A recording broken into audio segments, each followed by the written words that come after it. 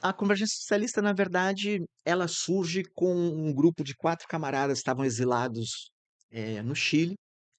Quando ocorre o golpe do Pinochet no Chile, esses camaradas fogem do Chile, se deslocam para a Argentina, e na Argentina entram em contato com Mário Pedrosa, em seguida com Nahuel Moreno, que tinha uma organização trotskista já na Argentina, já era parte da Quarta Internacional.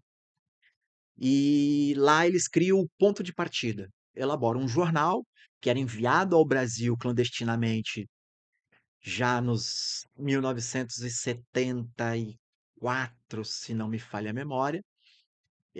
No princípio era enviado o jornal clandestinamente, depois eles resolvem voltar ao Brasil, então eles voltam separadamente por conta da segurança, né? Eles estavam exilados. E aí já em 78 eles caracterizam que existe um princípio de ascenso e que seria possível a construção de um partido socialista no Brasil. Então, para isso, eles criam um movimento Convergência Socialista, que era para construir esse partido socialista. Na verdade, ficou muito difícil, a conjuntura, na verdade, não era para a construção de um partido socialista. O Nahuel Moreno veio ao Brasil, nossos camaradas José Maria de Almeida, enfim, foram presos fazendo uma panfletagem do 1º de Maio. Moreno acabou sendo preso junto, inclusive.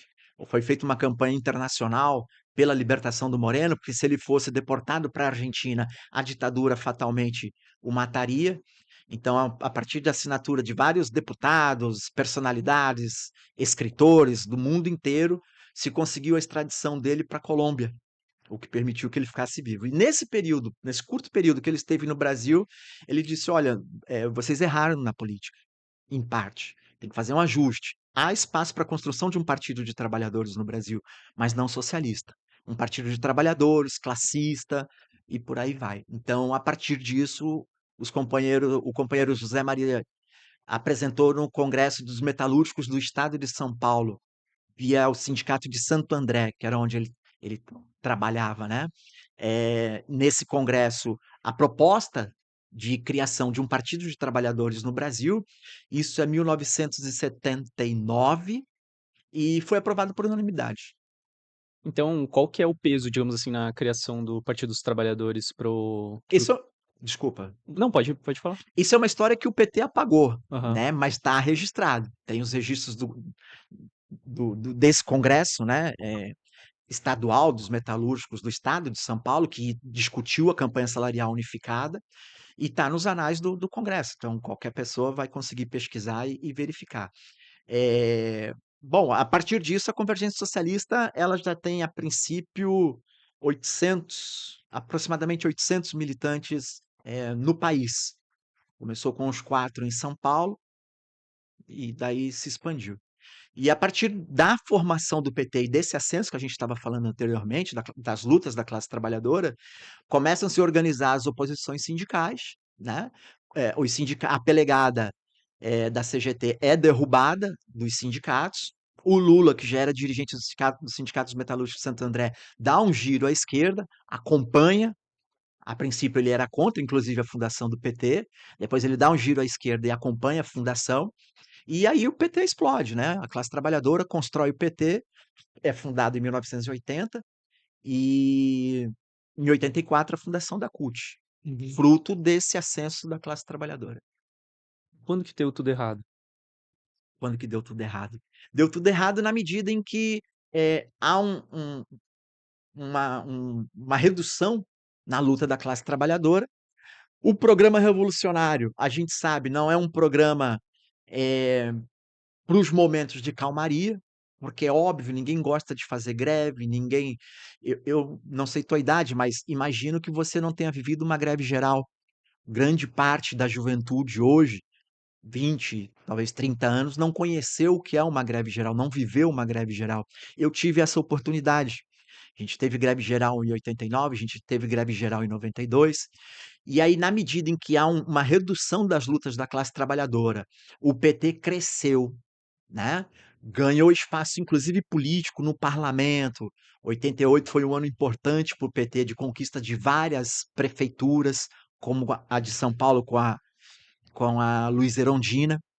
Então, a partir daí começa a haver um acomodamento, né, desses lutadores no parlamento. Então, a partir daí o calendário eleitoral passa a pautar a luta da classe trabalhadora. E é muito disso que a gente tá vendo Uhum. hoje, né. Você comentava a princípio. Tu acha que de alguma forma então tem uma relação dual, digamos assim, de ao mesmo tempo em que esse partido ele consegue entrar em elementos da institucionalidade burguesa, o declínio da organização da classe trabalhadora ele, digamos assim, ele dilata o potencial como que eu posso dizer assim? Bom, a gente sabe o risco que é entrar na institucionalidade. Se a gente não tiver atrás da gente um partido bem estruturado, bem organizado, uma classe bem organizada, a gente sabe que o risco da gente degenerar dentro da institucionalidade é grande, né? Então parece que não sei se dá pra gente fazer essa Sim, leitura. sim, exatamente, porque veja, o pessoal diz: "Ah, o Lula é comunista", Lula nunca foi, longe de ser comunista, muito longe de ser comunista.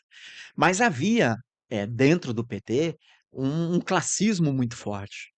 Havia a divulgação de uma política de classe, trabalhador vota em trabalhador, né, contra o patrão, vote nos candidatos do PT, etcétera. E isso, principalmente a partir da campanha eleitoral de 89, quando o Lula perde para o Collor no segundo turno, o PT joga na lata do lixo. A direção majoritária do PT, ela nunca foi comunista. Então, a partir disso, entendendo que eles precisariam para chegar ao poder do Estado, né, à presidência, fazer alianças com setores da burguesia, eles abandonam o classismo, porque eles precisariam explicar para a classe trabalhadora, se até ontem nós lutamos contra os patrões e votamos nos nossos candidatos da classe trabalhadora, como é que hoje a gente vai se unir com os patrões? Então, eles vão abandonando isso, as lutas da classe trabalhadora vão diminuindo, a consciência retrocede, né? Hoje, não só a consciência socialista, comunista, mas inclusive a consciência de classe, de se enxergar como classe. Então, isso permite que essa direção lulista, né? Não é só o Lula, é um conjunto de pessoas, Zé Dirceu, Zé Genuíno, enfim, eh, passam a defender então uma aliança com setores a teoria do campismo, né. Eles chamam de a teoria dos campos, eles chamam de setores progressistas da burguesia, como se isso fosse possível. A partir daí, com José de Alencar, né, em 2002, o Lula vai ganhar a presidência da república. E essa política se segue até hoje. A gente está vendo aí Lula e o companheiro Alckmin, né, que Uhum, foi em São Paulo um grande, carrasco dos professores, sobretudo em São Paulo. sim. E, de alguma forma, como que a gente pode fazer um balanço disso no seguinte sentido, porque há uma, digamos, um ascenso e depois um declínio da organização, mas de alguma forma isso é até esperado, né? A não ser que a gente consiga encaminhar já o ascenso para um processo evolucionário, a gente sabe que ele vai efetivamente acontecer em formato de onda, né? Mas um dos desafios da esquerda revolucionária é conseguir que nesses momentos de ascenso se acumule força organizativa para mesmo nos momentos de descenso a gente conseguir manter as pontas firmes, ainda que com perdas, mas tentar calcular as perdas para que no momento seguinte de ascensão a gente chegue ainda mais forte, mais organizado, né? Então, de alguma forma, o que teve de erro nesse sentido, assim? É porque a majoritária ganhou? Foi uma questão de relação de força?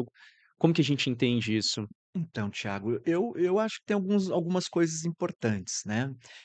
Claro, existe essa redução nas lutas da classe, junto com esse giro à direita, a direção majoritária do movimento passa a defender outra coisa, passa a defender a conciliação de classes, mas claro, a gente não pode, passar pano e deixar de falar dos nossos próprios erros. Nossos erros de avaliação, nossos erros políticos, né, que também causam, rompimentos dentro das organizações revolucionárias. Mas, sobretudo, por conta dessa força que tem, o Estado burguês, no sentido de cooptar as organizações da classe trabalhadora. E muito a gente vê bom, um exemplo recente disso é o PSOL, né. Quando o Lula chega à presidência em 2002, imediatamente ele faz uma reforma da previdência, aonde surgem os chamados deputados, radicais do PT que votam contra a reforma da previdência. Então era o Babá, era a Heloísa Helena, que na época era senadora, e o Lindbergh e a Luciana Genro. Bom, o Lindbergh Farias ficou dentro do PT, pediu desculpas, está lá até hoje, deputado, feliz da vida. Os outros três parlamentares saíram e fundaram o PSOL, né? Um partido anticapitalista, etc, etc, concorrentes como o PT e tal. Bom, desde a fundação do PSOL até hoje, nós inclusive, o PSTU e o PSOL tiveram juntos na campanha presidencial da Luiza Helena, né? 2006 isso, né. 2006, foi uma campanha importante para a classe trabalhadora, com vários problemas, mas foi uma campanha importante. Ela foi importante inclusive porque em termos de percentual de voto ela chegou a quase 7%, né, foi 6 e alguma coisa, então assim, eu acho que depois daquilo a gente não teve nada próximo disso, Não, né. não teve. Infelizmente não. E daí, claro, até por conta do giro mais à direita do próprio pessoal.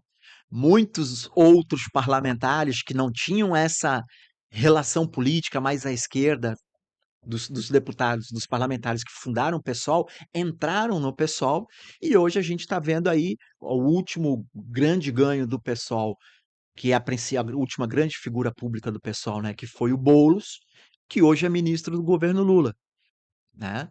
E como ministro do governo Lula, está apagando incêndio. Então, a gente viu a atuação do Boulos lá na COP30, em Belém, e também nessa questão da luta dos povos indígenas no rio Tapajós, Uhum, nos rios da Amazônia, né? Que o governo fez o decreto 2.600 para privatizar. uhum. Então, há um giro também das organizações mais à esquerda, que não o PT, no sentido de entrar ao parlamento e fazer o que é possível, como diz o próprio Boulos, né? O Boulos chegou a dizer que haviam revolucionários de apartamento, né? Estava vendo a live com o dirigente indígena Christian Arapiun, e aí ele estava dizendo, eu queria que o Boulos tivesse dito isso lá na ocupação da Cargill, que são os revolucionários de apartamento que estavam fazendo barulho e tal. Ele ia ter uma resposta bem diferente. Lá ele não teve coragem de dizer isso. Então, tudo isso contribui para que a consciência da classe ela dê esse giro à direita. É uma pressão muito grande, muito forte. O aparato do PT, com o apoio do pessoal agora mais claramente, né? No sentido de dizer, olha, votem em mim que nós vamos resolver os problemas. E a gente sabe que até Sim, hoje não foi feito isso. Isso é uma ilusão, mas sim. é uma ilusão que tem muita força.